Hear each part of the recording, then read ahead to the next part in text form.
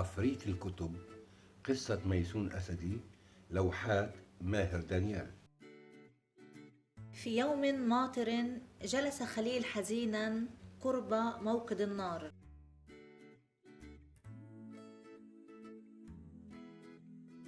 فهو لا يستطيع مشاهدة السيارات بأنواعها تسير ذهابا وإيابا في الشارع العام كعادته، فالطقس ماطر والبرد قارس يلسع الأجسام والخروج من البيت صعب.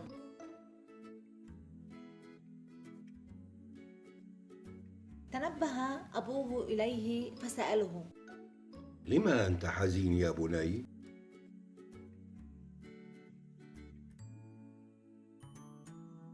لا أحب المكوث في البيت في أوقات الفراغ، فأنا أرغب في التجول خارجه لأستمتع برؤية أشياء جديدة ومثيرة، كما إني أحلم دائما بالسفر إلى أماكن بعيدة.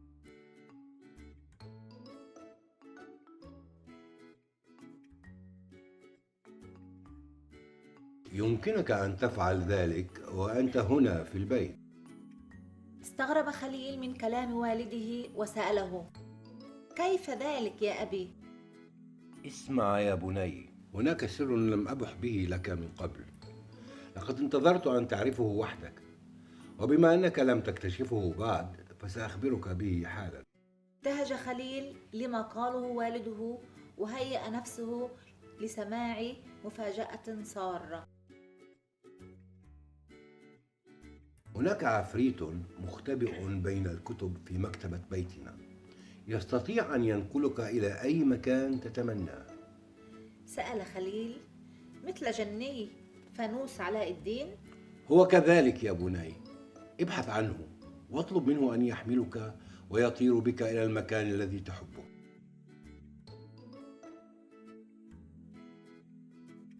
لكن أين سأجده يا أبي بالتحديد؟ فمكتبتك كبيرة جدا والبحث فيها يحتاج جهدا ووقتا، وربما يستغرق بحثي عنه طيلة فصل الشتاء. ربما أقل.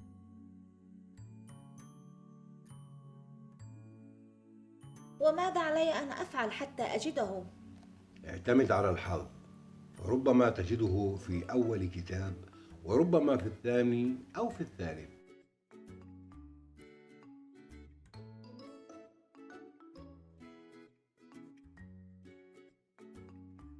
احتار خليل من أين يبدأ بحثه، ثم وقع نظره على كتاب ضخم فقال في نفسه: لابد أن يكون العفريت مختبئا فيه. سحب خليل الكتاب وفتحه، قلب صفحاته بسرعة، لم يجد شيئا، فتذكر قول والده بأن العفريت مختبئ بين الكلمات.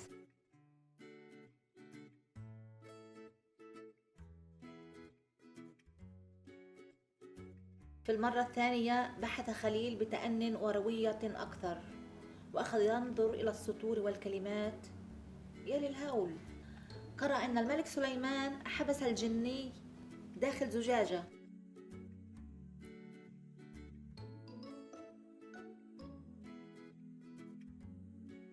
فكر خليل وتساءل: أين يمكن أن تكون هذه الزجاجة؟ قرأ وقرأ فعرف أن الزجاجة ألقيت في البحر. بحث بين الكتب مرة أخرى، يفتح هذا الكتاب ويتصفح ويقلب صفحاته.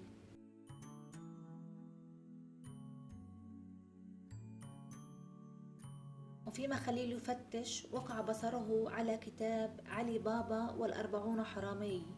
قرأ القصة فأعجبته، ثم قرأ كتاب السندباد البحري من بغداد، فهو متحمس في الوصول إلى العفريت.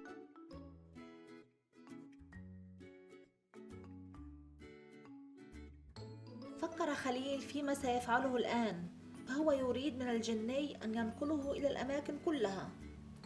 فتح كتابا آخر فوجد جنيا يخطف أميرة، وآخر مختبئا في مملكة الجن تحت الأرض. احتار خليل أي جني قصده أبوه.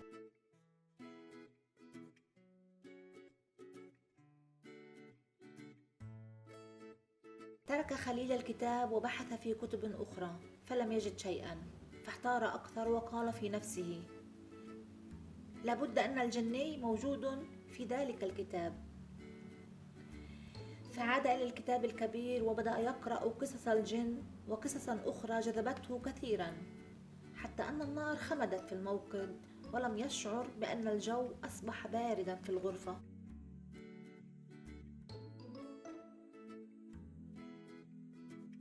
كانت الكتب تتحدث عن بلدان عديدة، ومنها بلدان لم يسمع بها خليل من قبل. وعندما عاد والده يحمل إبريق الشاي الساخن مع النعناع، أخذ خليل يروي لوالده ما قرأه وعرفه عن أشياء غريبة في بلدان العالم.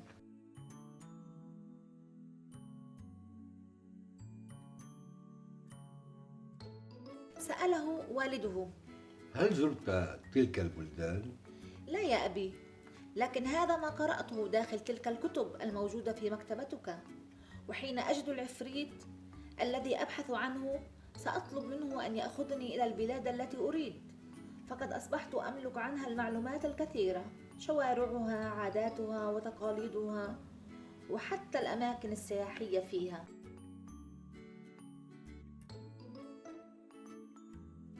نظر الأب إلى ابنه بإعجاب وقال: حسنا يا خليل، جد العفريت أولا وبعدها اطلب منه ما تشاء. لا يا أبي، علي أن أقرأ المزيد حتى أعرف ما أطلب من الجني بالتحديد. قال الأب في نفسه مبتسما: لقد وجد خليل العفريت وهو لا يدري.